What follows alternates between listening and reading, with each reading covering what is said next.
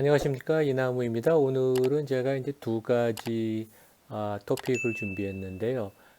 첫 번째 거는 애플이 우리 서학개미들이 아마 테슬라 다음으로 이제 두 번째로 많이 보유한 종목이죠. 그래서 애플이 정례 그 주주총회를 다음 달 3월 4일 날 개최를 합니다. 그래서 이제 소액주주들이 제안한 주주 제안들 말고 회사가 이제 크게 네 가지 안건을 올렸는데 이제 그 중에 하나가 그 미국은 이제 임원들의 그 보상안을 투표에 붙이거든요. 근데 이것이 법률적인 구속력이 있는 것은 아닙니다. 그런데 이제 그 안에 대해서 주주들이 많이 반대를 하면 이제 경영진 이사회가 이제 참조를 해야 되는데 그 이번에는 조금 특이하게 팀 쿡 CEO가 거의 1,200억 원, 대부분은 이제 주식 보상인데 이것과 관련된 그 안에 보상안에 대해서 이제 표 대결을 하게 돼 있는데 의견권 자문회사 상당히 영향력이 있는 ISS가 반대의 의견을 제시를 해서 이것이 어떤 의미를 갖는지 한번 살펴보겠습니다. 거버넌스 관점에서 상당히 흥미로운 안건이고 두 번째는 이제 에어비앤비 뭐 저희 가족 같은 경우 상당히 많이 사용하고 이미 미국에서 시가총액이 이제 140조 원 정도 되는 상당히 그 성장 기업인데 지난주에 이제 4분기 실적을 발표를 했죠. 그래서 실적을 살펴보고 우리가 좀 더 펀디멘털한 관점에서 이 기업의 매력이 어떠한지 한번 살펴보겠습니다.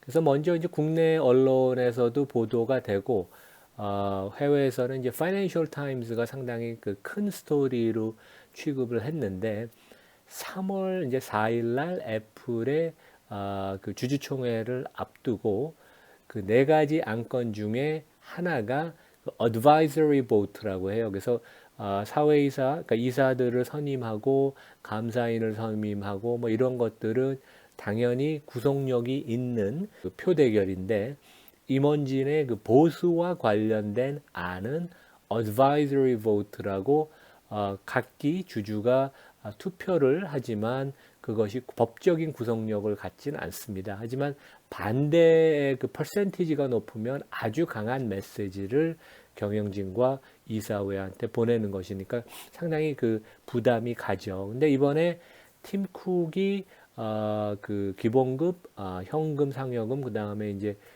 애플 주식을 받는 걸 다 통틀어서 거의 한 1억 달러, 한 1,200억 원의 그 보상안이 작년에 지급이 됐고 이것에 대한 그 승인을 받는 그런 이제 안건인데 가장 영향력이 있는 이런 안건에 대해서 객관적인 입장에서 이렇게 투표를 하라고 이제 권고를 하는 그 컨설팅 기관이 있습니다. 그래서 Institutional Shareholder Service ISS라고 그래서 여기가 이 그 팀 쿡의 보상안은 그 절대 규모도 너무 큰 것 같고 그 구조에 있어서 좀 문제가 있다. 그래서 애플 주주들 보고 반대를 하라고 이제 제안을 했습니다.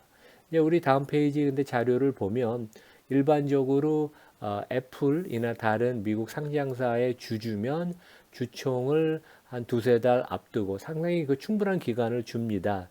여기 보시다시피 이렇게 주총을 연다고 온라인으로 안내를 해주고 주주 권리를 보통 서너 가지 방법으로 위임장을 행사할 수 있게 이제 안내를 합니다. 실제 뭐 해외에 있는 주주들은 투표를 하기 불가능하니까 그래서 뭐 이메일로도 할 수 있고 전화로도 할 수 있고 다양한 방법으로도 할 수 있고 그다음에 더 중요한 사실은 그 주주가 제대로 권리를 행사하도록 애플의 경우에는 139페이지에 달하는 아주 상세한 정보가 제공이 됐습니다. 그만큼 미국은 주주의 권리가 되게 중요하고 제대로 행사하도록 아주 법률적인 그런 안내까지 곁들인 아주 상세한 특히 임원의 보상 그다음에 이사들의 양력 뭐 이런 것에 관해서 아주 상세한 그 안내가 돼 있는데 이런 점들은 이제 거버넌스가 아직도 갈 길이 먼 우리나라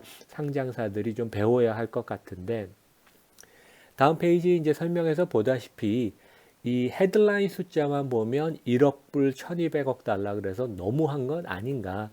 아무리 애플이 세계 최대의 기업이고 팀 쿡이 지난 10년 동안 엄청난 기여를 한 CEO지만 너무 과다한 게 아닌가. 근데 보면 팀 쿡의 그 급여를 보면 이제 미국의 CEO들 임원진들은 이제 보통 기본급이 있고 팀 쿡은 300만 달러입니다. 한 35억쯤 되죠. 그 다음에 그 해의 성과와 직접 연관된 현금 보너스가 있는데 그것이 작년에는 없었습니다. 그 다음에 이제 주식을 회사를 주는 게 총 한 8,200만 불. 이것은 이제 restricted shares라고 애플의 주식을 어떤 조건에 맞추면 이제 행사할 수 있게 금방 행사할 수 있는 것도 아니고 어떤 그 유예 기간도 있고 그 조건들이 있습니다. 그래서 이걸 다 더하면 한 9,900만 달러인데 실제 그 팀 쿡은 다른 그 애플의 임원과 비교해도 2019년,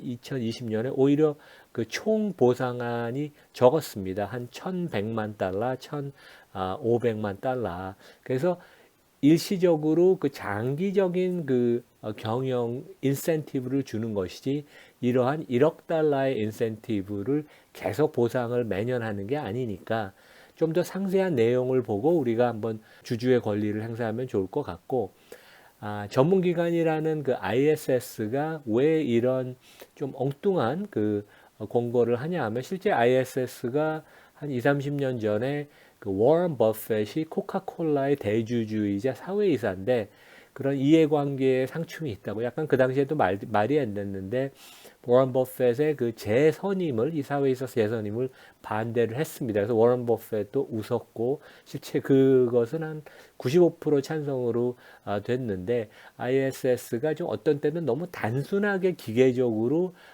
적용을 하는 방법도 있고 여기에 이제 프로페셔널 그 일하는 사람들이 월가의 금융가에 일하는 사람보다는 조금 퀄리티가 떨어집니다. 그래서 이번에도 좀 그러한 약간 실수에 가까운 그런 권고안이 아닌가. 그래서 회사 측 논리는 팀 쿡이 지난 10년 동안 재임한 기간 동안 S&P 주가가 한 360% 오르는 동안 애플은 그것에 서너 배인 1200%가 올랐다. 엄청난 주주 가치, 기업 가치를 팀 쿡이 만들어서 이 정도 보상은 특히 장기적인 성과를 연동된 보상이기 때문에 충분히 받아야 된다는 하는데 반대하는 논리는 미국의 이제 상장사들은 다 CEO 페이 레이쇼라는 것을 발표하게 돼 있습니다. 그래서 그 해에 CEO가 받는 급여 여기에는 이제 9,900만 달러가 되고 애플 종업원의 중위값 미디안이 되는 급여가 이제 6만 8천 달러인데 그것의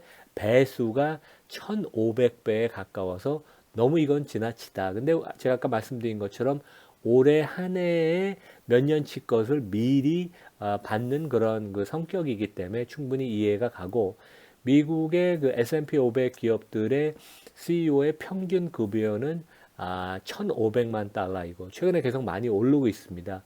그다음에 종업원의 중위값 급여는 한 5만 달러쯤 돼서 일반적으로 한 300배인데 그거 자체가 너무 과도하죠. 하지만 좋은 CEO를 영입하려는 경쟁이 많아지면서 CEO의 급여는 계속 상승했고 이게 거버넌스 측면에 있어서 어느 정도 문제는 됩니다. 근데 제 생각으로는 팀 쿡이 애플을 창업한 사람은 아닌 전문 경영인이지만 엄청난 기여를 해서 이 정도 급여는 특히 몇 년치를 지금 한꺼번에 받는 것이니까 충분히 받을 만한 자격이 있다고 저는 생각을 합니다. 그래서 여러분들 중에서도 애플 주주가 상당히 많으실 텐데 신중하게 이번 3월 4일 날 그 표 하나를 행사를 잘 하시기를 바라겠습니다.